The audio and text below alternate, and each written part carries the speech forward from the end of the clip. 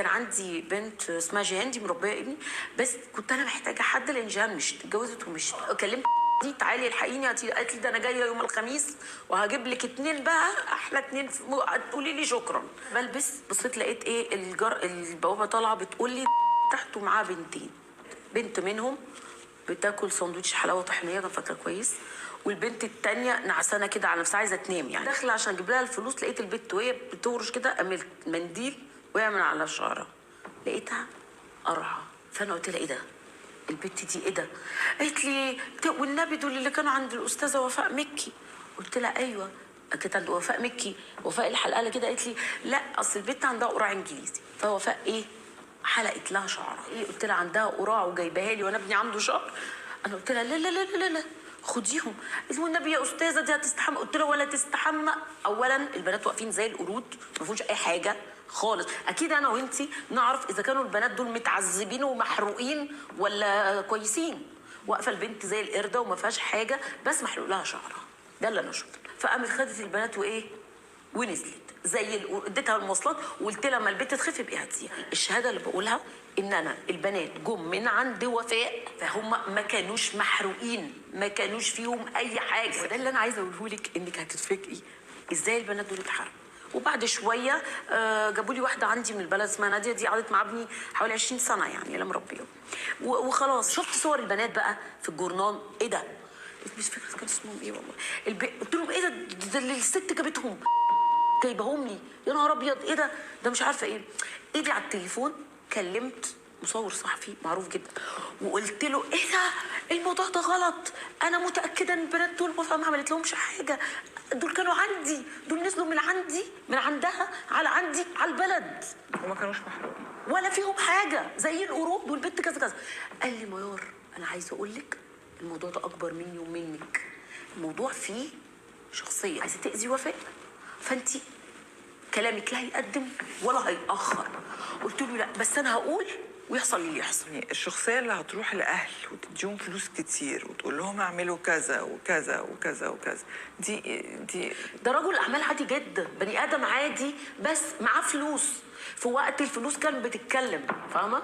يعني الفلوس كانت بتتكلم، ودول ناس فقراء مش لاقيين ياكلوا، بيخرجوا بناتهم من وهم عندهم 6 سنين يشتغلوا علشان خاطر يجيبوا الفلوس. فمش فارق معاهم وفاء؟ لا طبعا ولا وفاء ولا اي حد. ده يوم قصدك ان هو واحد بينتقم منها اكيد هي الله اعلم كان بينهم ايه، لكن اللي انا عرفته انه حد متغاظ منها قوي فبيصرف كتير قوي علشان هي تروح. بس وصل لوفاء ازاي ان ميار عارفه ان هي ما حرقتش الناس، هي اللي تقول انا ما اعرفش. فجاه لقيتها منزله في الجرايد الحق يا ميار قولي كلمه الحق انت عارفه ده الكلام ده من 23 سنه في الاخبار لان ربنا مد في عمري عشان اقول الكلام ده. عايزه اقول لك حاجه حصلت قبلها بسنين ايام ما كنا بنصور انا ووفاء مسلسل اسمه سور مجرى العيون. انا شفت وفاء بتتخانق مع مدير الانتاج بتبهدله عشان عمل ايه؟ علشان جاب لها الاكل بتاعها قبل اكل المساعده بتاعتها، وقالت له انت فاكر ايه كلنا ولا 9. هي كانت انت عارفاها شخصيه كانت قويه وكانت نجمه ساعتها وليها كيانها. قالت له احنا كلنا ولاد 9 والبت قبليه. طب انا قعدت افكر هل اللي بتتخانق دي علشان تاخد اكل المساعده ممكن تبهدلها وتحرقها؟ طب ربنا خلاني انا ليه اشوف ان هي جايين البنات دول سلام يا ريان ما فيهمش حاجه، والله ما فيهم حاجه. لو كانوا البنات دول قعدوا عندي هل كان ممكن انا يقولوا عليا انا بقى حرقتهم ولا كان ايه اللي هيحصل؟ ما اعرفش، بس ربنا هو المنجي. جوزي تاني يوم قال لي لا ما فيش وعليا الطلاق وحلف. تاني يوم بيفتح الباب نازل رايح شغله على الورقه دي. لقاها فين بقى؟ على باب البيت على محطوطه الصندوق ده اللي كان بيتحط جنب البيبان زمان لما كان يجيلي الجوابات طبعا اهي. تقدري توديها للطب الشرعي عشان تعرفي ان بقى لها 23 سنه انا كنت شايلاها لليوم ده. لو عاوزه ابنك يتذبح اشهدي مع وفاء مكي. الورقه دي جوزي خدها ما قاليش عليها طبعا وما قاليش عليها حاجه، وخدني وقال لي احنا هنسافر سوريا علشان عندنا جدته كانت تعبانه يلا نروح بسرعه. حضرت طق وسافرنا. قعدت فتره في سوريا لحد ما اتحكم في القضيه. وخلي بالك احنا كنا ما كانش في سوشيال ميديا، انا مجرد ما كنت هناك انا ما بقراش الجرايد المصريه وهناك اتحكم في القضيه بقد ايه طب؟ ده 5 شهور اتحكم في القضيه دي. لا اتحكم قد ايه؟ 10 سنين سجن. استغفر الله العظيم، مش عارفه ليه. فوجئت لقيت القضيه ان اتحكم فيها حكم كبير كده، وبقت قضيه راي عام، وبقيت اشوف التبرعات اللي رايحه لابو البنت والبنات دولت، وان وفاء دي عملت كل الحاجات دي. انا لما جيت كان خلاص اتحكم بالقضيه، عشان كده جوزي رجعني بعد ما القضيه اتحكم فيها. فبقول له، قال لي انت، انا انقذتك، بصي انقذتك من ايه؟ قلت له ايه ده؟ قال لي الورقه دي انا خرجت من 5 شهور لقيتها محطوطه جنب الباب، عايزه ابنك يتذبح اتفضلي روحي، بس انا مش مسؤول عن لو ابني جرى له حاجه. وبعدين انت خلاص اتحكم في القضيه، ايه هتقدري تعملي ايه؟ طب فعلا انا ساعتها ربي يسامحني، غصب عني يا رب، انت سامحني يا رب. وقت برضه ما كانش فيه الحريه بتاعتنا دلوقتي والحياه الحقانيه اللي احنا عايشينها دلوقتي. بعد سنين كنت انا عربيتي عطلانه، كنت لازم اروح اسكندريه، فانا داخله محطه، انا ما بسافرش بالقطر ابدا ولا عمري سافرت بالقطر، فداخله محطه مصر اقابل مين بقى؟ بعد 19 سنه من الواقعه. انا ما عرفتهاش، بس عشان انا بطلع في التلفزيون والمذيعه يعني انا بعمل، فهي عارفاه، لقيتها بتندهلي، فانا اقول يا ربي احنا دي انا فاكراها، بس مين دي مش عارفه. فانت مش فاكرانا؟ كنت جايبه لك البت فلانه والبت، قلت لها ازيك، مش انتوا اللي وديتوا وفاء في داهيه؟ منك انت. قالت لي والنبي ما ليا ذنب، ده اللي جالنا وكان بيدينا فلوس، وانا قلت له ان انت لو هو ادى فلوس لابو البنت وقال لها ايه؟ قال لهم انتوا هتقولوا 1 2 3 وزي ما حفظهم. فقامت قالت لي بس الراجل قال له ايه؟ ان دي راحت عندي، وان انا شفت البنات بعد ما نزلوا عند وفاء، وهو شاكك ان احنا ممكن نتكلم. واحده اسمها مدام ميار ساكنه في كذا، الله اعلم الناس دول هم اللي سابوا الورقه، الله اعلم مين اللي ساب لي الورقه دي، انا ما اعرفوش يعني. ده الغموض في الموضوع. فقلت لها طب وفاء يعني القضاء كان واصل له من اهل البنت ان البنت اتحرقت عند وفاء وكده يعني. الحكم صح يعني وكل حاجه. لا يعني مش واصل لهم حاجه، وواصل لهم اتاكدوا ان هي البنت اتحرقت عند وفاء. البنت ما اتحرقتش عند وفاء، وهفضل انت الوحيده اللي تعرفي. انا المتاكده، مش انا الوحيده، انا المتاكده. لكن حتى الاهل كل الناس قالوا كده. الراجل طبعا ما قال له، اتقال كده. الحلو بقى كان ايه؟ كان بيدي بنته منوم عشان يحرقها.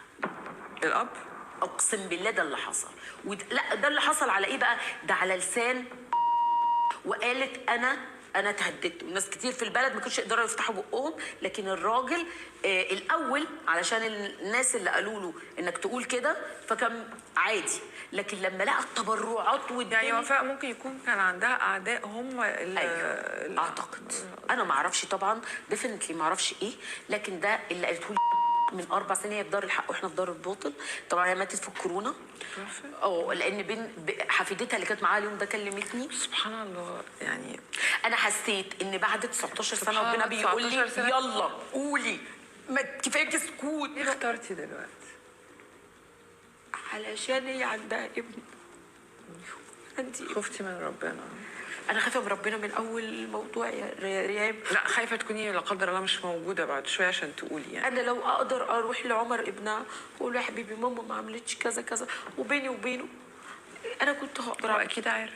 لا اكيد عارف انها ما عملتش كده. لا انا اعتقد انه حتى لو امه قالت له مش هيصدق، لانه شايف الناس كلها بتقول.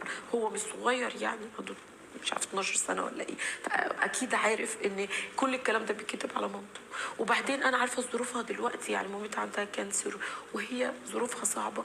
انا قلت انا اقف جنبها بعناية، بس انا ما كنتش عايزه الناس تشوف الست اللي بتطلع التلفزيون بتقول قال الله رسول ان يبقى فيه ان هي اخرت شهاده. محدش يعرف لو محطوط في نفس مكانك وكتب له ورقه زي كده هيعمل ايه. ابني الوحيد وما عنديش غيره، وكنت لسه متجوزه، يعني انا لسه مخلفه كان عنده شهر. هل سهل جدا يدخلوا لي حد البيت؟ يعني ده اللي اتقال لي، يعني ساعتها قال لي ممكن يدخلوا لك اي حد البيت، ممكن تبقي بالولد في حته يحبسوه يعني يسرقوه. وانا كنت كده، فعشت طول عمري خايفه على ابني.